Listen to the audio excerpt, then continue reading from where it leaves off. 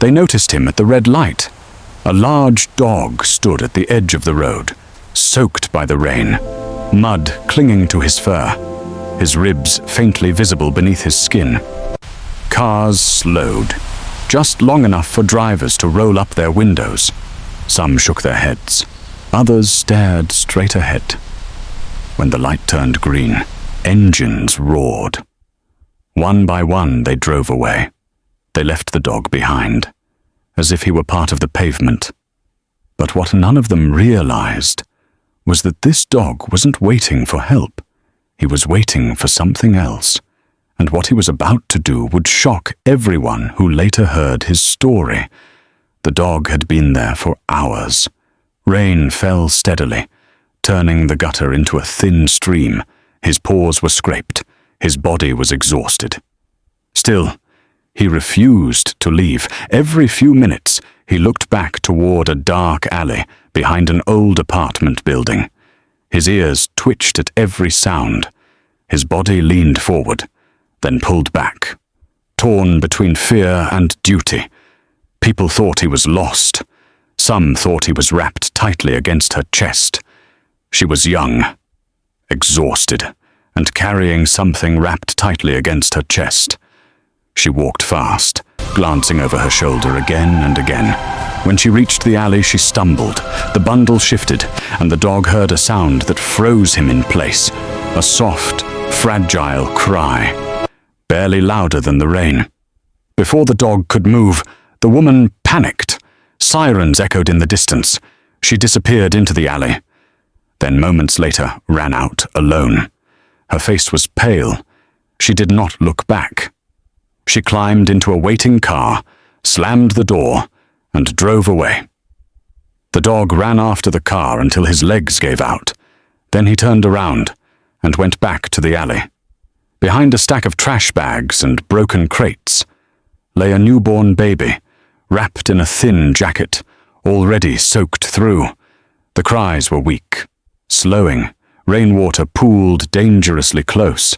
The dog approached carefully, slowly. He sniffed the tiny bundle, as if afraid to scare the fragile life in front of him. He circled once, then lay down beside the baby, pressing his body against the cold ground, blocking the wind. He gently licked the baby's face, just enough to keep it responsive. And then, the dog made a decision. Staying meant waiting for help that clearly wasn't coming, but leaving the baby alone felt impossible. So the dog chose a third option. He ran into the street, barking sharply, darting in front of one car, then another. Drivers swerved, horns blared, angry voices shouted through closed windows. One man leaned out to curse at him. The dog did not back down. He ran ahead, then back again, trying to lead them toward the alley. Still, they drove away. Time was running out. The rain grew heavier. The temperature dropped. The dog returned to the baby. He curled around the tiny body once more. When the crying faded, he whimpered softly. Then he did something no one expected. Carefully, he picked up the edge of the jacket in his mouth and began dragging the baby. Inch by inch, out of the alley. He stopped often, checked the baby's breathing, adjusted his grip. His muscles trembled with effort and fear. But he did not stop. By the time he reached the sidewalk, the rain had slowed. The street was still busy. The dog sat beside the baby and barked, loudly, relentlessly, no longer afraid. A nearby security camera captured everything. Cars passed, one after another. Windows rolled up, wipers moving faster. Then, finally, one car stopped. A middle-aged woman stepped out, umbrella in hand. At first, she saw only the dog and hesitated. He was large, muddy, intense. Then she heard it, a tiny cry beneath the barking. Her face changed instantly. She dropped the umbrella and ran forward, kneeling beside the baby. The dog stepped back just enough to let her through, but he stayed close, watching. Emergency services arrived within minutes. Paramedics wrapped the baby in warm blankets and rushed to the hospital. Doctors later said the baby would not have survived much longer. Hypothermia had already begun. Without the dog's warmth and protection, the outcome would have been very different. The woman kept asking about the dog. No one could find him. He had disappeared into the crowd as quietly as he had arrived. 2 days later, the footage went viral. People recognized the street. Some recognized themselves driving past. Comments flooded in. Shock, guilt, disbelief. How could a dog show more courage than dozens of humans?